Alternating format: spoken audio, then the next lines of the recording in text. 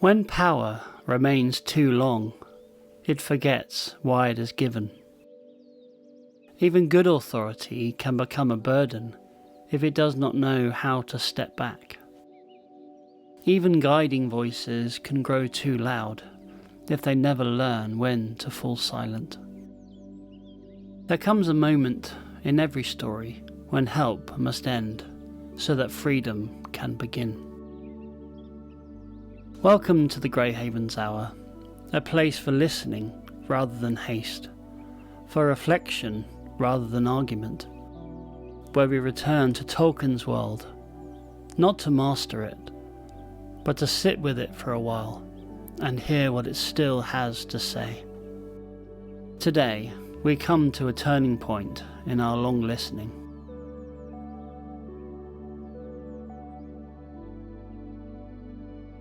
After Mordor, where voice was reduced to command, where speech no longer invited response but demanded obedience, we listen now to a different kind of authority.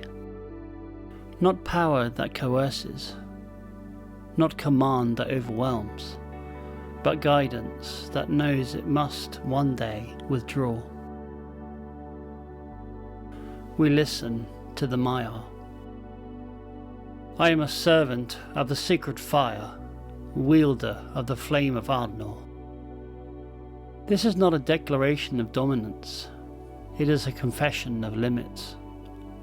A servant speaks with authority, not with ownership. With purpose, not with possession. The Maiar were never sent to rule Middle-earth, they were sent to help it become free. They are not kings, they are not masters, they are mediators, standing between what is eternal and what must be lived in time. Their voices interpret, they warn, they steady, and they are not meant to remain. As long as guardians stand visibly in the world is not yet grown. And this is the tension that runs through the age of the wizards. Because authority that remains forever does not protect freedom, it delays it. Among the Maiar, no figure embodies restraint more faithfully than Gandalf. Gandalf's voice was never loud, never final, never coercive. He persuades rather than commands. He questions rather than declares. He reminds rather than controls. His authority is marked by one defining posture, the refusal to rule. Gandalf knows the truth that Mordor denies and Saruman forgets. That power which insists on staying will eventually corrupt what it was meant to serve. So Gandalf trusts others to act freely. He allows them to fail. He allows them to choose. Even when he sees further, even when he knows more, he does not seize control of the outcome. And when his task is complete, he does something almost unheard of in stories shaped by power. He stops, not in defeat, not in bitterness, but in fulfillment. I was the enemy of Sauron, and my work is finished. There is no triumph in the words, no claim of lasting authority, only completion. The voice that guided does not linger. It does not reshape the world in its own image. It steps aside, so the world may live without it. This is the true mark of the Maiar at their best. They are not sent to rule history, but to prepare it for the moment when guidance must end. But not all Maiar choose that path. Saruman begins where Gandalf stands.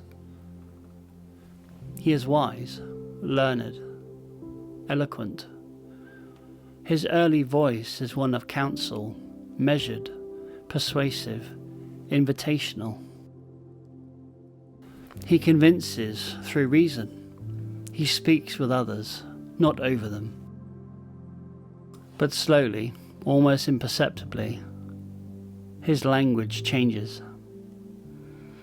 Expertise hardens into certainty. Counsel narrows into instruction. He begins to speak at others rather than with them. And then comes the Palantir. Through it, vision replaces listening. Knowledge becomes surveillance. When you no longer need to hear others, your words stop responding to them. Saruman's speech begins to close. Then comes his alignment with Sauron. Not at first through obedience, but through imitation. Saruman adopts the tone of inevitability. He speaks as though outcomes are already decided, as though resistance is ignorance, as though agreement is merely a matter of time. Dialogue disappears. Command arrives wearing the clothes of reason. Tolkien is precise here. Saruman's voice becomes enchantment, not because it shouts, but because it bends. This is the most dangerous authority of all. Command that pretends to be counsel. Agreement is assumed. Dissent is dismissed. And though Saruman can still speak beautifully, he can no longer speak truthfully. His words are detached from relationship, detached from humility, detached from reality. When his power collapses, his language collapses with it. Grandeur sinks into spite. Eloquence degrades into bitterness. Command without authority becomes noise. Saruman shows us how authority falls, not all at once, but syllable by syllable. There is another path among the Maiar, Radagast. Radagast the Brown withdraws, but too far. He turns from power towards care, from command towards gentleness, and yet, in his retreat, he risks abandoning responsibility altogether. Radagast reminds us that restraint still requires presence. Withdrawal is not the same as indifference. The Maiar walk a narrow path. Too much authority and the world is smothered. Too little engagement and the world is left alone too soon. Which brings us to the heart of this episode. Why must the Maiar leave at all? Because as long as they remain, the world cannot stand on its own. Their presence delays maturity. Their guidance, however wise, keeps responsibility from fully transferring. Victory, in Tolkien's world, is not secured by eternal oversight. It is secured by relinquishment. This is the great difference between withdrawal and abandonment. The Maiar do not leave because they failed. They leave because they succeeded. Their task was never to remain. It was to prepare others to live without them. And so the age of guidance ends. The wizards fade.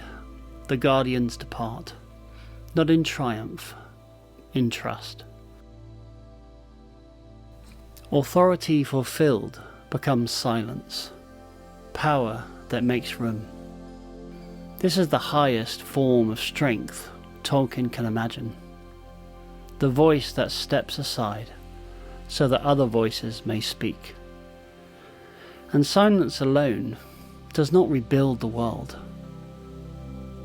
After command collapses, after guidance withdraws, life must still continue. Someone must tend what remains. Someone must remember with that proclamation. Someone must speak. Not with authority, but with care. In our final episode, we return not to spirits or powers, but to a place. To fields and seasons, to habit and repair, to memory lived rather than declared. In the next episode, we listen to the Shire and the voice that endures. If these quiet journeys have given you something to carry, please subscribe, like, and share. It helps them reach others who are still listening. Until next time, may you know when to speak, when to wait, and when, for love's sake, to step aside.